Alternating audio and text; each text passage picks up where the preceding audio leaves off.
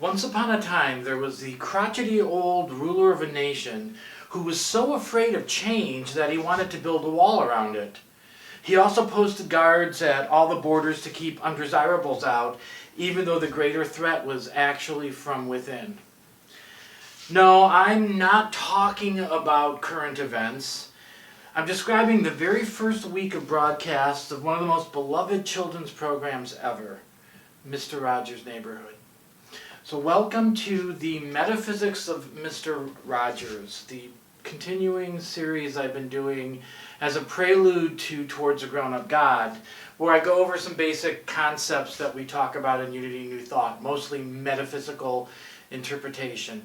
If you're unsure of it, I posted a two-part series a couple weeks ago that goes over an explanation of what metaphysical interpretation is and how it's done in Unity and New Thought.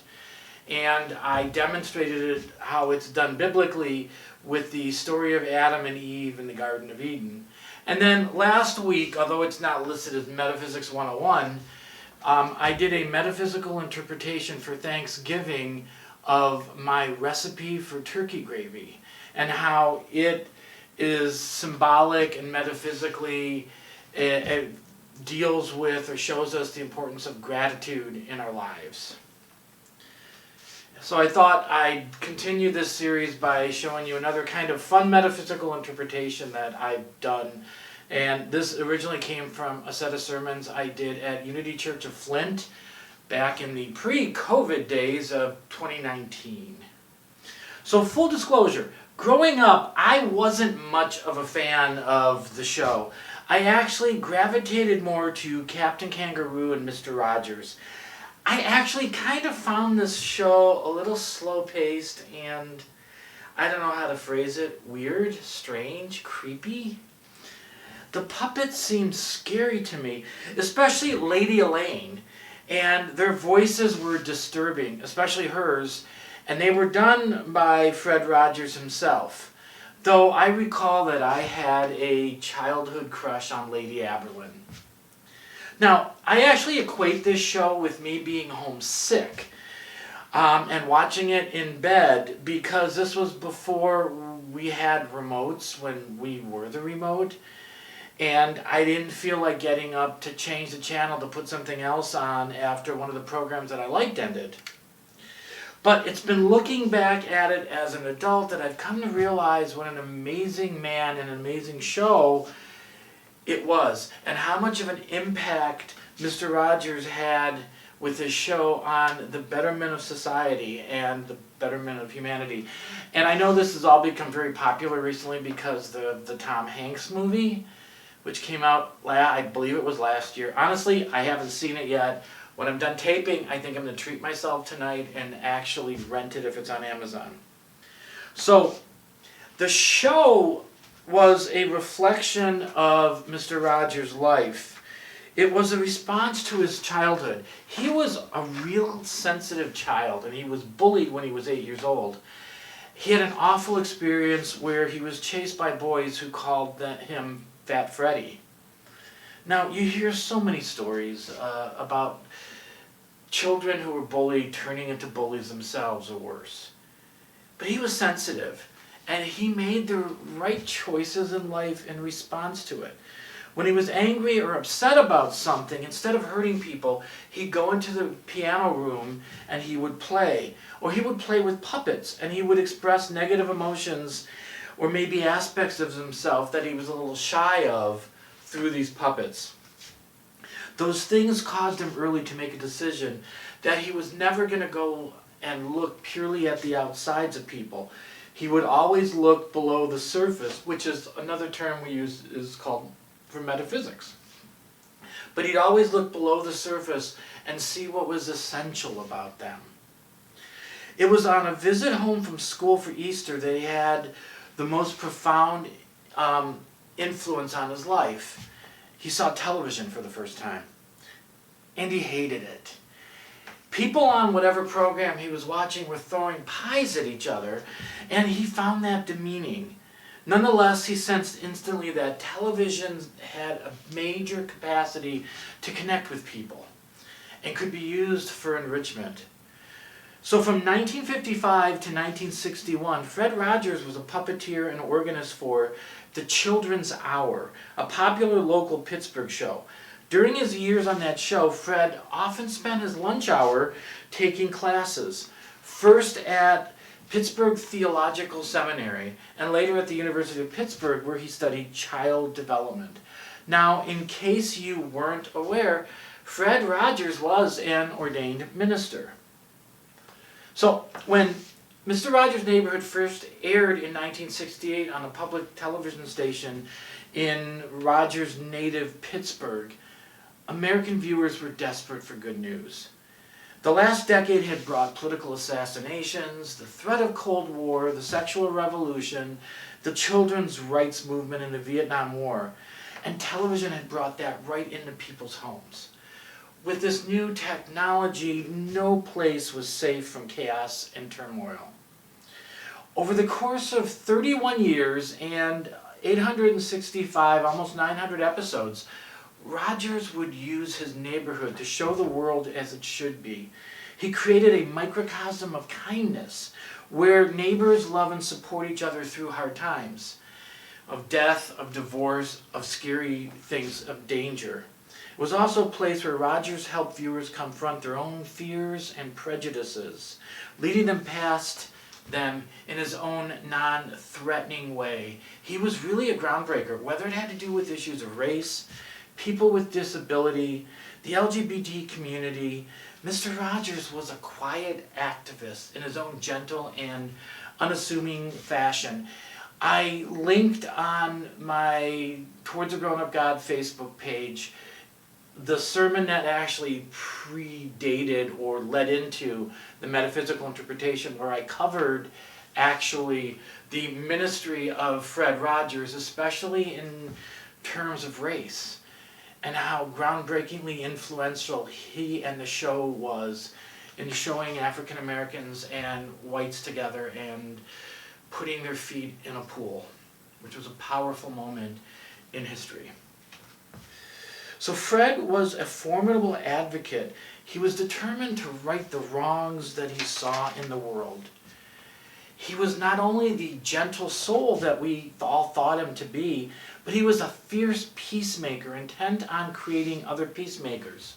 He even broadcast anti-war programs during the Vietnam and Persian Gulf Wars, and he opposed the nuclear arms race in the 1980s. Fred Rogers didn't preach or judge. He didn't talk down to us. He didn't get angry or sarcastic. Of course, there's that one time that has become a famous meme where it appears he's flipping somebody off. But his every action and every word had a moral compass as its guide. And without even realizing the lessons imparted, we listened, we understood, we believed. Mr. Rogers was a pastor on television in the golden age of televangelism. But unlike televangelists, Rogers' focus wasn't on eternal life, but on our internal lives. As evangelists made names for themselves preaching about mankind's wickedness, Rogers was interested in his viewers' inherent value and worth. Evangelists found ways the human race didn't measure up to God's moral standards. Rather than preaching the gospel of original sin, he focused instead on the idea of one of my favorite concepts, which we'll explore in the Towards a Grown-Up God series, the concept of original blessing. Rogers said again and again, you made this day a special day just by being you. There is no person in the whole world like you, and I like you just the way you are. And if you know a little bit about the history, the moral majority and people like Franklin Graham and others denounced him, again, for being a kind and gentle soul and not preaching hellfire and brimstone. I think that Pastor Mr. Rogers' theology could be summed up in one word, and one word alone: love. Mr. Rogers' theological messages could be traced to the biblical notion of neighbor and Jesus' parable about the Good Samaritan. Mr. Rogers didn't call us acquaintances or friends. He didn't call us boys or girls. Ladies and gentlemen, he called us neighbors. So having been around Unity and New Thought churches for 25 years or more, one thing that comes up every now and then is that certain popular culture things, mostly movies, get a metaphysical makeover or metaphysical treatment, and they get shared, and especially now with the internet, and they get popular, and then all churches start doing it. The Metaphysics of the Wizard of Oz was popular when I was starting in Unity, and I've seen Star Wars and Harry Potter done. But what surprised me when I was looking to do this initially was that in several decades, and with over 800 episodes, I couldn't find anyone that tackled the show metaphysically.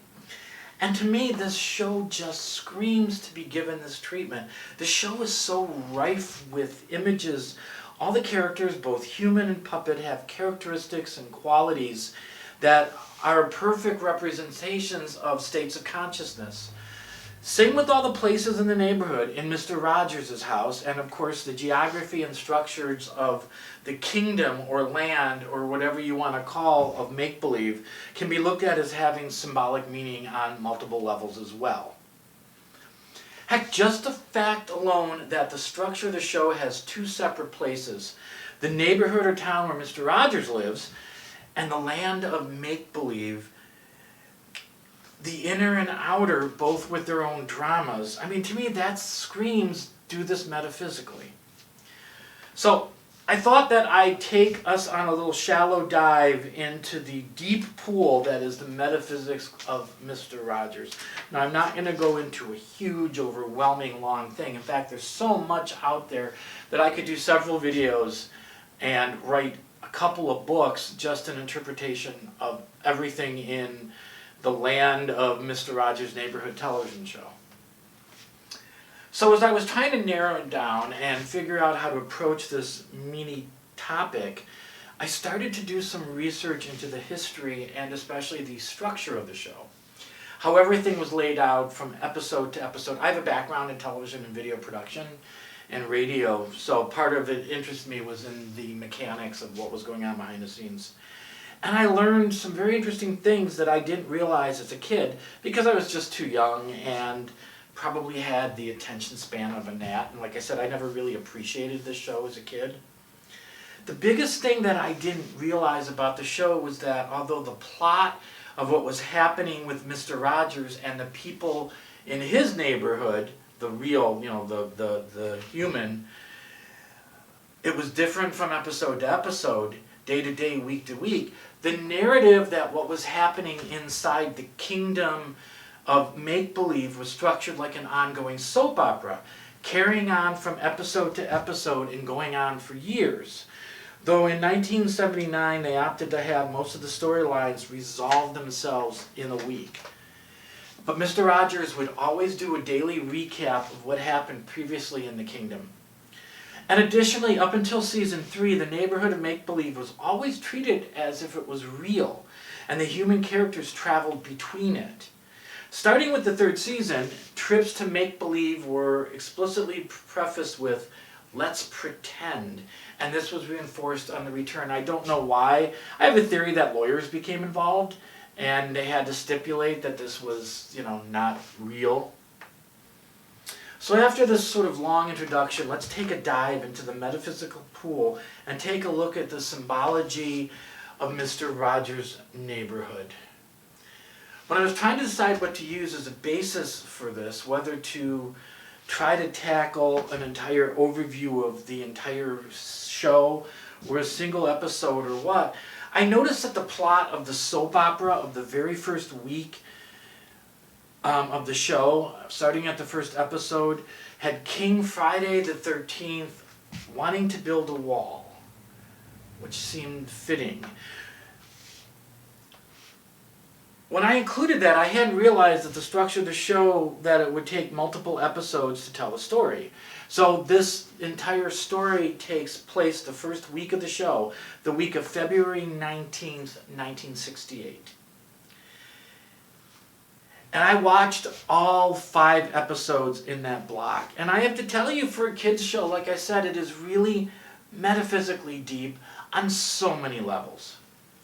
The story begins with the residents of the kingdom of make-believe discovering that one of their own people, Lady Elaine Fairchild, has somehow rearranged the locations of all the structures in the neighborhood. The Eiffel Tower was moved from the right side of the castle to the left, and Henrietta's tree was moved to the other side. Now, there were various reactions to the changes from people who lived there. Handyman Negri was confused by them, but Daniel the Tiger was accepting of it, focusing on what was the same or looking at the good in it, looking for the silver lining among the clouds, or as he said, making the best of a funny day. X the Owl saw it as an adventure, a treasure hunt. He was actually having fun trying to decide where things like his favorite scarf had moved to when his tree shifted.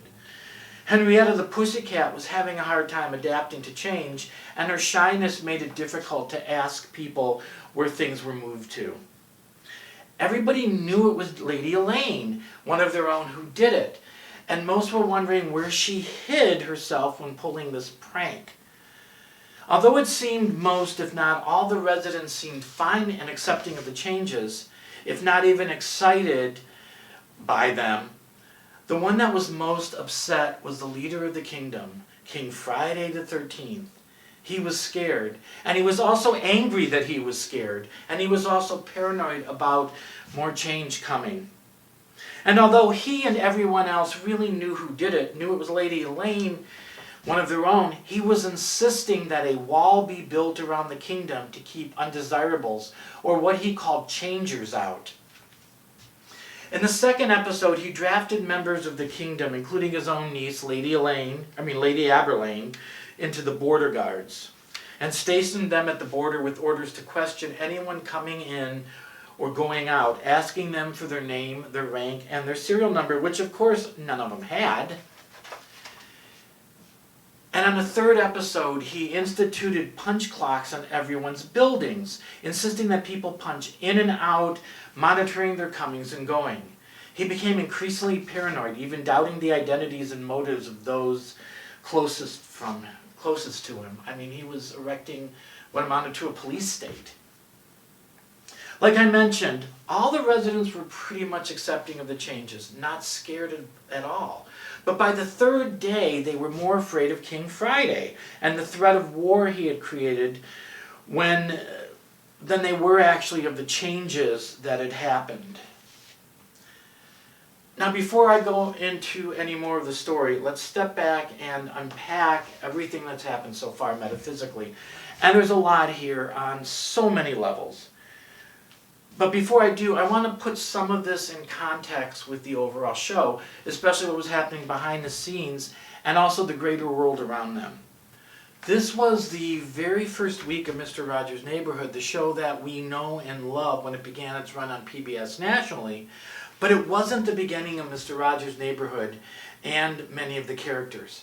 As I said earlier, Fred Rogers had put on and hosted a local Pittsburgh show called The Children's Hour, and was also involved in 15 Minutes children's show on Canadian TV. In fact, Mr. Dressup was supposed to be Mr. Rogers, and Mr. Rogers was almost supposed to be Mr. Dressup. Ernie Coombs was a puppeteer on The Children's Hour, and that's how they interfaced and started doing the other show in Canada. But it could have been the other way around. Our beloved character could have been Mr. Dressup, Ernie Coombs. So there was a lot of change happening right around Fred Rogers too. A new show, a new set that may have been why things were so different, some new characters, new cast members, new crew, a whole new audience. In fact, although for the most part the subjects on Mr. Rogers' side of the show might be different from what was going on in the kingdom, for the first couple episodes it also addressed changes going on inside his house, on his set.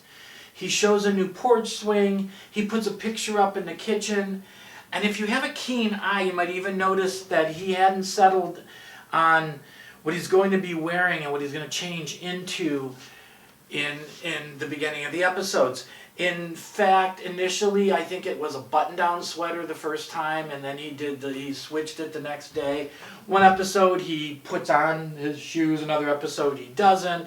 You can see mic booms coming across the screen in the background. I mean, the first week it was really raw and chaotic in a lot of ways.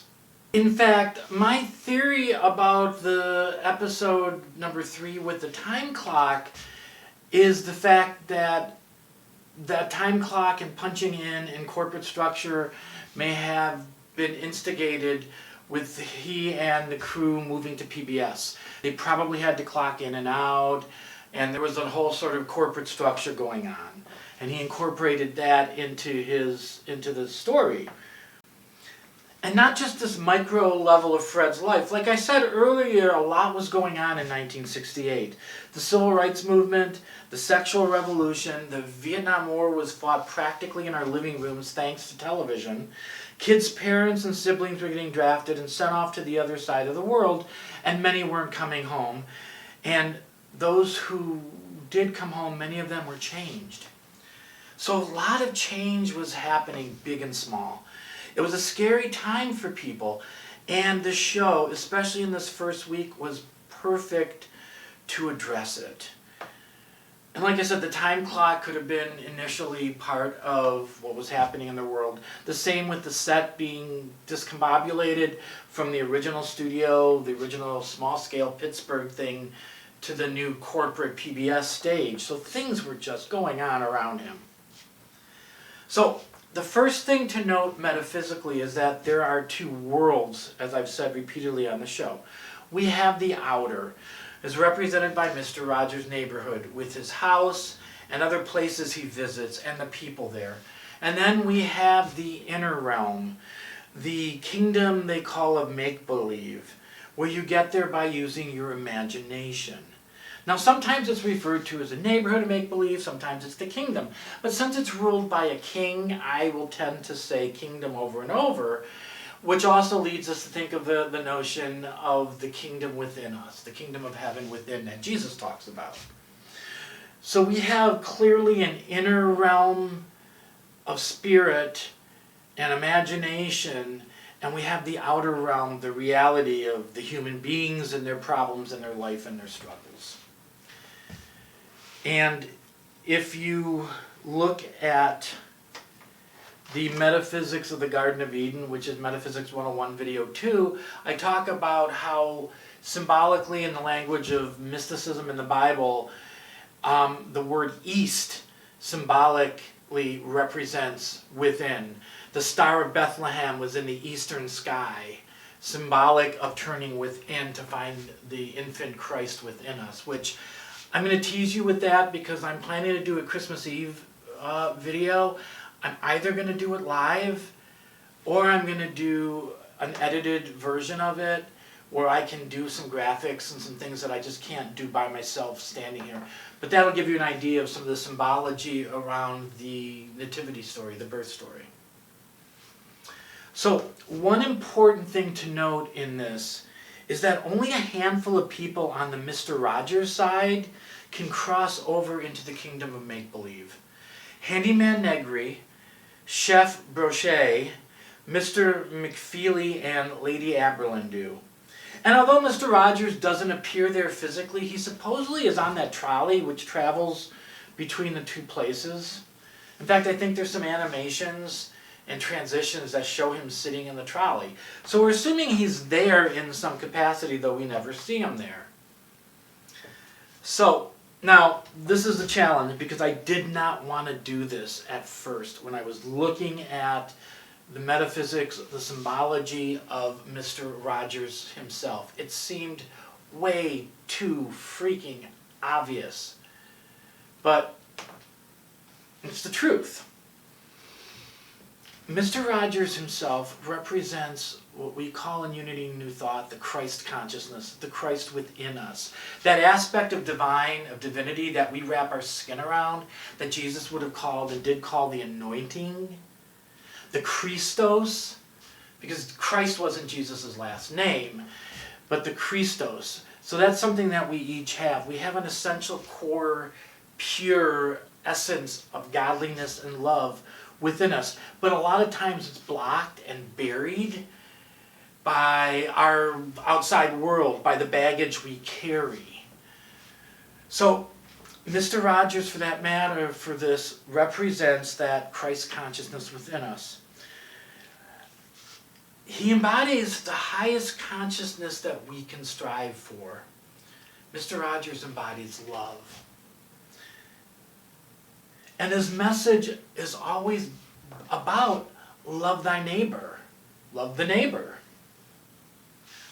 So let's take a look now at the main characters in the kingdom involved in the story and how they relate to our inner landscape of our thoughts and feelings and our spiritual journey. The first one is King Friday the 13th, the imperious monarch of the kingdom.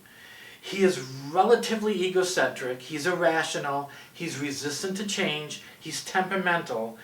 And although you'll see later, though, that he is also open-minded enough to listen when told he is wrong. He has a fondness for giving long-winded speeches and using big words. To me, he represents the ego. Now, I wanna clarify something I should have mentioned earlier. All these states of consciousness tend to have what I refer to as like a higher and lower aspect of things. At the highest, like the purest, the goodness, the most connected to the Christ within, the Christos. The highest, noblest aspect of these things of consciousness. And then there's the lower, the base level, what I called in the Metaphysics of Adam and Eve video of the Metaphysics Part 2, the Endemic Consciousness. It's living in the world only, the superficial, the outer. There's only this. There's only my quest for my job, my quest for money, my quest for sex, all these things on a superficial level, no higher plane. So you can vibrate high and you can vibrate low. So a lot of these, all these qualities tend to have a higher low version of themselves. So in this case, he represents the ego. And the ego at its lowest is usually resistant to change. Sometimes it's frail and fearful. It's quick to react and often does so with anger. But the ego's role actually is much like the king, is a protector. Its desire is really to maintain the status quo because it's trying to protect what I think is the inner child. In its own fumbling way, it's trying to protect that pure, noble Christos within us, that innocent part of us. But this gets us into trouble a lot, and I will be going over this as we go into the Grown Up God series, is that the ego can stunt our growth. It can keep us small. It can keep us stuck. It can prevent us or even sabotaging us from achieving our highest potential, from achieving our dreams. It's what one of the ministers I trained with called the ego something that edges God out, that tries to push it away. It's that little demon monkey chattering voice on our shoulder telling us to get angry and flip the bird if we're cut off in traffic, that sort of thing. Next, although she doesn't actually appear on the show until the 5th episode, is Lady Elaine Fairchild. Now, I mentioned earlier that she was the one that scared me the most as a child because she, and I can't exactly remember who this comedian is, but she seems like she was modeled after some famous comedian of that era. I've been trying to figure out, I keep thinking it's like a cross between Carol Channing and Joan Rivers, but that's not her. But she's got that shriveled, scary-looking, too much plastic surgery, aged look about her. So she's really scary. At least she was to me. Now, she is described as, in a Wikipedia article, as an outspoken, cranky schemer who runs the museum go-round. And although a frequent antagonist, she's not portrayed as evil, but as someone who challenges authority, particularly King Friday's authority. And she often has Rose with the king. She's an agent of change. She stirs up the mix. Now, change is not necessarily a bad thing unless you're the ego, unless you're King Friday. It's how we grow. It's how we move forward. Now, one of the things I don't know if I approached in the Intro to Metaphysics video is that in Unity, they refer to the 12 disciples as being symbolic of 12 powers of man. In fact, there is several Unity books called the 12 Powers that talks about this. And each power is, like I said, associated with one of the 12 disciples. And also, there's usually color and objects and food represented metaphysically for these. It's really fascinating to go into. Now, I have not done the entire 12 disciple representation or the 12 powers representation of all the characters found in the, 800 plus episodes. But at some point it'd be fun to tackle it. So power in Unity New Thought is a very interesting and powerful attribute. It's our ability to change and build consciousness. It's our ability to heal, to change our environment, to draw our good to us. It's a thinking attribute, especially if we keep our thoughts on that higher plane, on love, on looking at love. And it's expanded through the power of the spoken word. We name the form that spirit will take. And I know this is a little heady and odd. And like I said, this stuff will get built on as the rest of the video series goes on. But it's the power to change our reality through our outlook on things. To decide that something is either going to weigh us down or we're going to look beyond that. So, Lady Elaine is mischievous and a bit of a troublemaker, but she's also brave and sassy and ready to speak up. Elaine also was known to say, "Okay, toots." And one of her prized possessions is her boomerang, toomerang, zoomerang, which she likes to say almost like a magical incantation, which she can then turn the neighborhood totally upside down. Now, as Lady Elaine often demonstrated throughout the years on the show, this power can be misused. It can be used to control and manipulate. So, what we have here metaphysically is a case of power challenging the ego in the form of changing the environment. Now think about those times in our lives when there's a potential for change for the better to happen. Maybe a new job or something. But our ego is afraid of that change and will try to stop it. In fact, very funny, just before I went to shoot this, my nephew, who is 5 years younger than me, who has worked his entire career in one place, just announced that he has quit and moved on to something. Now, this is a place that he started out as a stock boy in high school and went into managing the stock area for this grocery store chain.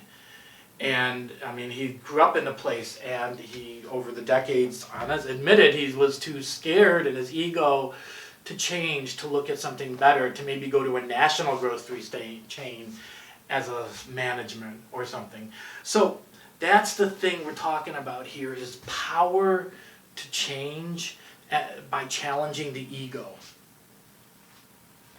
So the next character or attribute we're going to talk about is Daniel Tiger.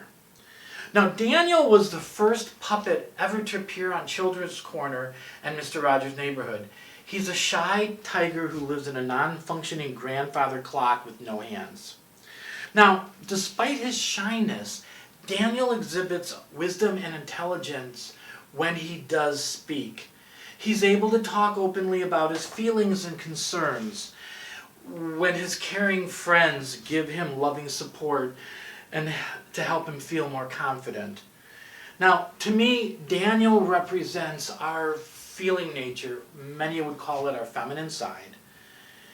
But it's not just our feelings. Again, when it's at our highest level, our highest connection to the divine within, it's that wisdom and intelligence that we gain when we trust our feelings, when we listen to our gut.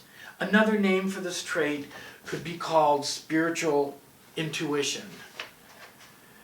Now, spiritual intuition, or intuition in general, is a means through which we can tap in and acknowledge the wisdom of the universe through our inner Christ consciousness, that connection we have to how we're going to explore throughout the video series what I mean by God, or what we can look at God in a more adult way.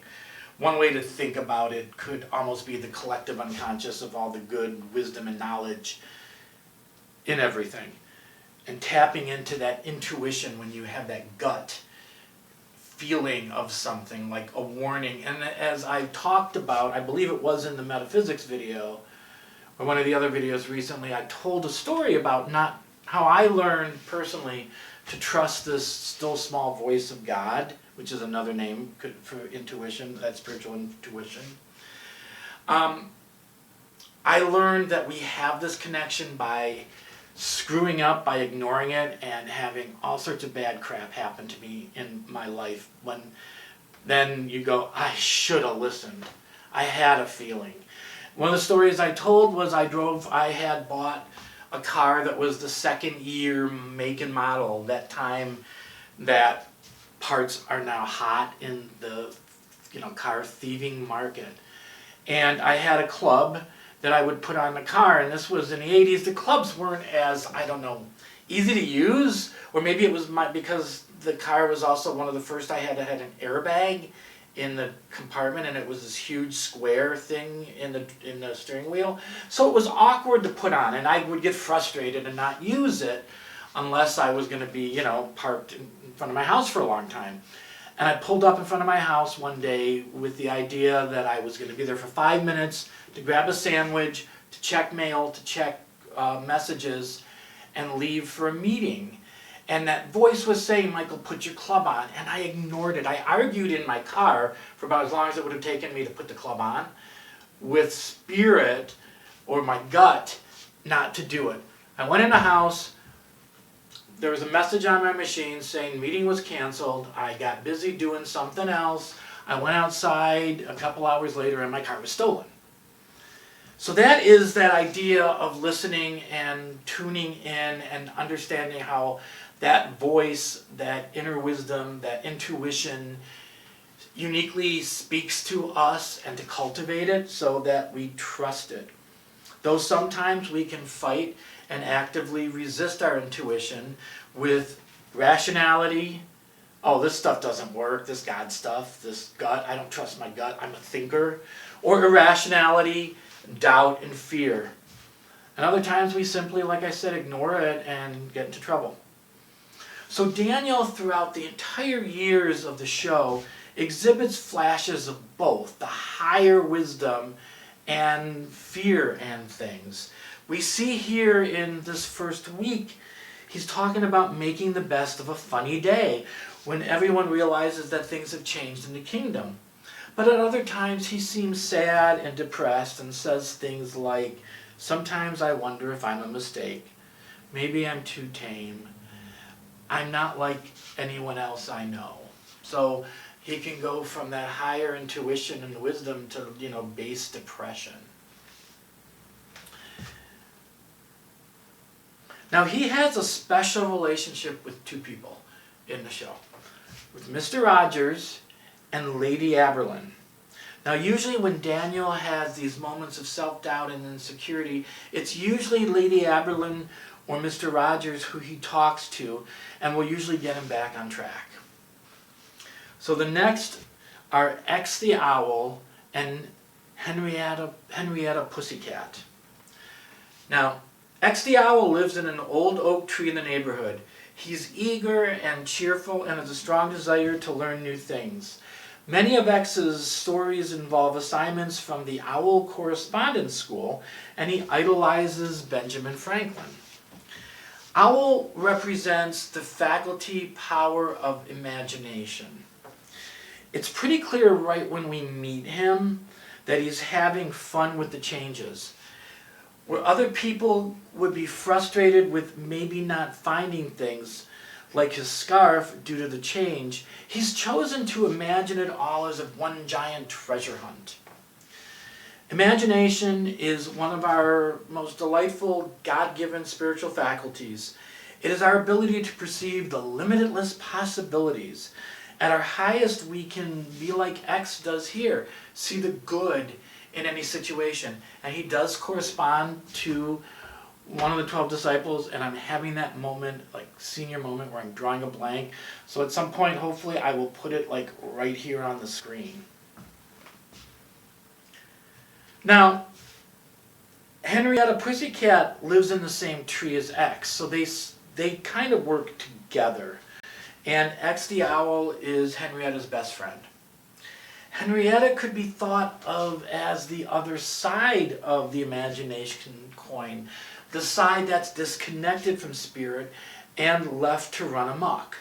She's rather insecure and tends to feel jealous when someone new comes to visit, worrying that they will take her place and that her friends might like them better. So that's kind of why they're lumped together, because we have both ends of the spectrum, the imagination spectrum. Now, imagination is our creation tool to shape our reality, and as such, it can be used either to uplift or demoralize, depending on where we place that attention. So back to the story. In the kingdom of make-believe, the war against change continues. King Friday continues to be more and more fearful and paranoid, even going so far as to surround his castle with barbed wire, separating himself from the rest of the community and giving the order to his guards to shoot anyone who is causing trouble. Meanwhile, at the tree, Daniel Striped Tiger and X the Owl meet to discuss the situation and come up with a plan involving Lady Aberlin and some helium balloons, which they intend to have her float across the barrier to her uncle King Friday. To these balloons, she plans to write positive messages of peace, such as tenderness, stop the fighting, and peaceful coexistence. So Daniel the Tiger contacts Mr. Rogers to appraise him of the plan, and Mr. Rogers gives the balloons, which Mr. McFeely has delivered to him, to Lady Aberlin to bring with her to the kingdom. So metaphysically right now we have Daniel, our feeling nature, connecting to the Christ within. That's an important metaphysical concept right there.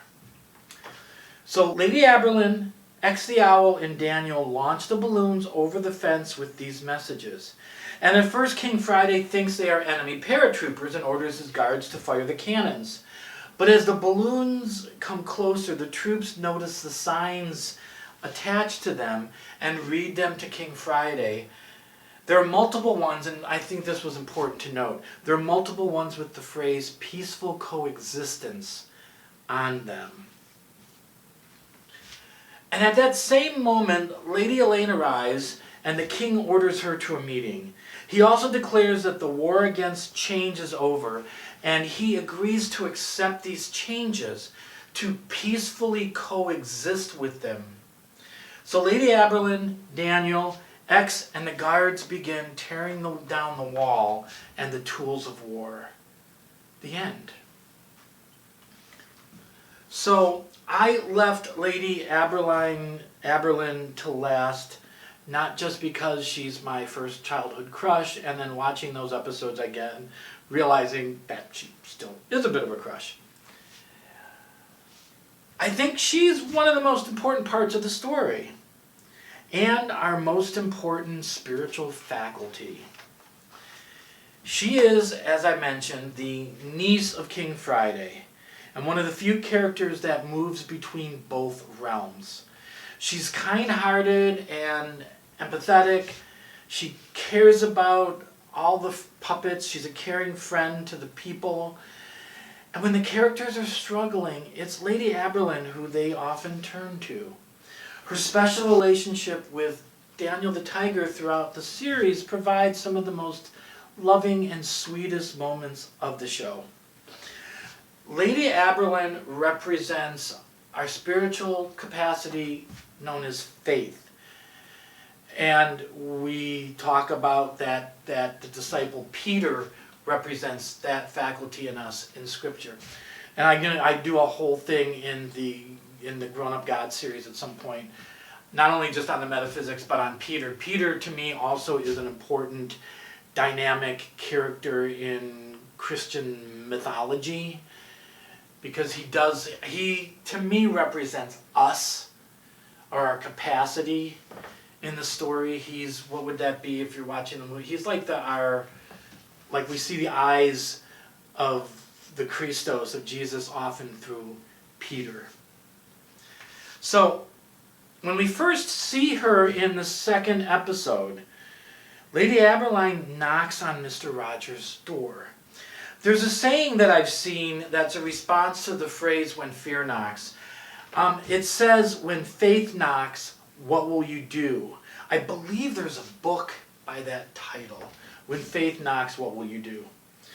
And before she leaves to go see her uncle in the kingdom, she and Mr. Rogers sing a song called Be Brave, Be Strong.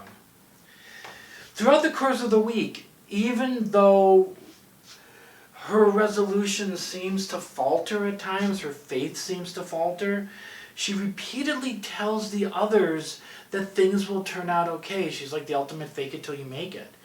Even when she sings her darkest song, I think, on any kid's show ever, It's an Ugly Day. In that song, she has advice how to make things better. She sings, it's an ugly day, made of muggly gray. It's a sit down by the fire and snuggly day. It's a cloudy day, read out loudy day. It's a better wear your sweater and be dowdy day. It's a day to cuddle up with chocolate cookie, hook a rug or knit 'cause it's an ugly day, made of muggly gray. It's a sit down by the fire and be snuggly day. If we pop some corn and cinnamon toast, I'd say we've made the most, made something we could boast of. I'd say we made the most of an ugly day. She has a special relationship, probably the closest of anyone else on the show, with Mr. Rogers himself. Through her interactions with her make-believe neighbors, Fred articulated one of his core neighborhood messages. Whatever is mentionable can be manageable. Kind of goes into the idea of naming it and claim it. Her message is, no matter what, be brave, be strong, and have faith. So she connects mostly to the Christ within and to our feeling, intuition, nature. That's often where we express or feel faith, no matter what our intellect or our ego is telling us about a situation. We have faith that comes in through that gut, through that connection to core, to spirit, from that spiritual realm, from the Christ within. A couple more things. The balloons with notes attached. They represent what we talk about in Unity New Thought is prayers and affirmations. If you notice, the balloons lift upward, that's symbolic of sending prayers up. And on them are these little notes, these affirmations, positive messages. A lot of times, a lot of the history of Unity, some of it came through things like Jungian therapy and things. There's an idea of repeating positive affirmations to fake it till you make it, to name it and claim it. That no matter what the outer looks like, we can basically say, you know, I am healthy, I am happy, I am prosperous, I am whatever you're working toward. And, you know, you can put little positive affirmations up on your mirror and repeat them, things like that. So, like I said, what we really have here is connecting to the Christ to overcome change by by trusting our intuition, by offering prayer. Because metaphysically, change is a constant companion in our lives on so many levels. And the metaphysical message of this first week of Mr. Rogers' Neighborhood is that change, whether or not it has to do with things in the outer world, in the greater world, in our lives, or in our own spiritual growth and spiritual path, is inevitable. And no matter how much our ego wants to challenge it, how to block it, how scary it seems, how fear-provoking it can be, it isn't always a bad thing. It helps us grow. We don't grow in a vacuum, and we don't grow stronger when things go right for us. It's when we're facing life's challenges and we overcome them that we develop an intestinal fortitude and we grow. And change often, like I said, provokes fear in the ego. Our ego may fight back to protect us and maintain our status quo, no matter how damaging that status quo could be. It may try to put walls around us. It may become paranoid. It may become resistant, distrustful. It'll fight to change. And change is scary. But change can also be an adventure.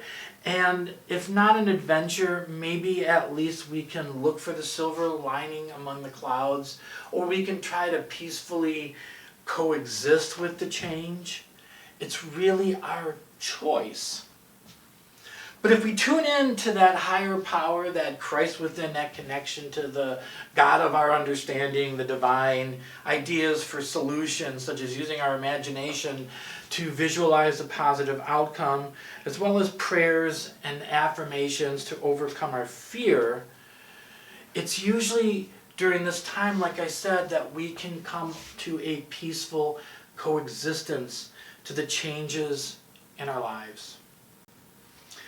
And there we have it. A children's TV show shall lead us.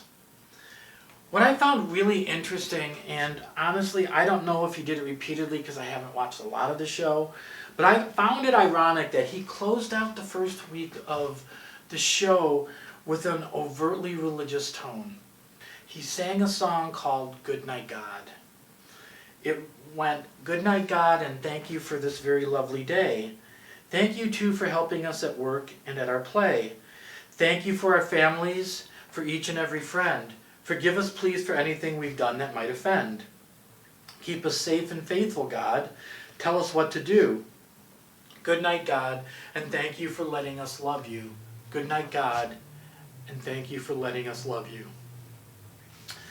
So I hope you got an idea from this of how, or what a really groundbreaking show it was, but also how, our lives are a spiritual adventure, a spiritual journey. And if we look at things either in popular culture or in the sacred, in the Bible, we can see how these things reflect our own inner journey, our own inner landscape, and sometimes it can help us clarify and understand things where it comes from. A lot of the things in the world, one could say, is all like Jungian concepts. And, our journey, our mythology, our adventure of life follows certain patterns that we see reflected in movies, in myth, in song, in what I believe is the purpose of Scripture, to illustrate our journey, as I talked about, from the Endemic, the sense consciousness, the outer thinking, to achieving the Christ consciousness and beyond. So I hope you got something from this video, and if you did, I encourage you to share this with your friends and like-minded people. Make sure you like the Towards a Grown-Up God Facebook page. There's a YouTube channel, and I'm in the process of updating the Towards a Grown-Up blog. There's a Towards the Grown-Up God spiritual blog of me, Michael Capato, on WordPress that you can find, but it hasn't been updated. Last time it was updated was a year ago, Advent. So that's coming along. And like I said, share these videos and invite your friends, and there'll be more coming. Like I said, I'm planning to do a Christmas Eve thing. There's probably going to be a couple more short videos before then. And then we're going to launch the formal Towards a Grown-Up God series of videos that build upon a lot of these concepts and expand them, starting at the first of the year. So until then, I just, again, thank you for taking the time to watch these videos, and God bless you.